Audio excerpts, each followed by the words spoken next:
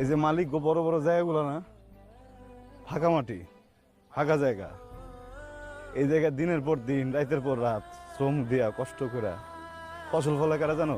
কৃষক। আমার বাপ। তুমি শহরে গেছো, শহর ভালো লাগছে, এটা কোনো সমস্যা না, শহর ভালো লাগার মতোই জায়গা। যখন তুমি আমার চোখের দিকে চাই কইছো না যে তোমার লগে আমার যায় কিনা, আমার হাতে টাকা ধরে দিছো, লইবার পারেনি।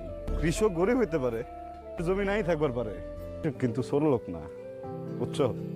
যে এত কাম, এত কিছু, এত কষ্ট, এত পরিশ্রম, এটা কিন্তু টায়ার জন্য না। কয় টাকা কামাই একজন কৃষক নিজের জমির ভিতরে দিনের পর দিন বছরের পর বছর কষ্ট করার পরও টাকা তোলার পারে না।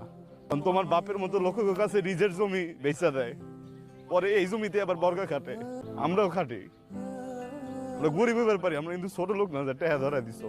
মন্ত্রীরা চালায়, কিন্তু এই মন্ত্রীর পেটের ভিতরে যে খাওয়ান যায় না, ওই খাওয়ান আমরা বানাই, দেশের পেট আমরা চালাই।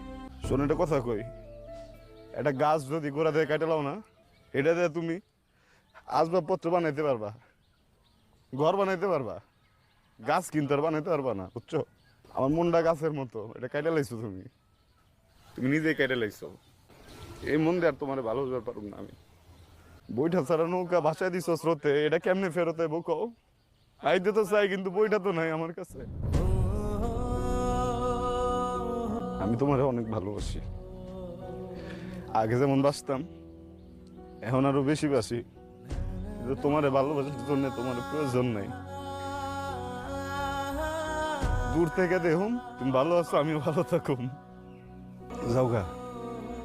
তুমি ভালো মানুষ, দোয়া করে তুমি অনেক ভালো থাকো।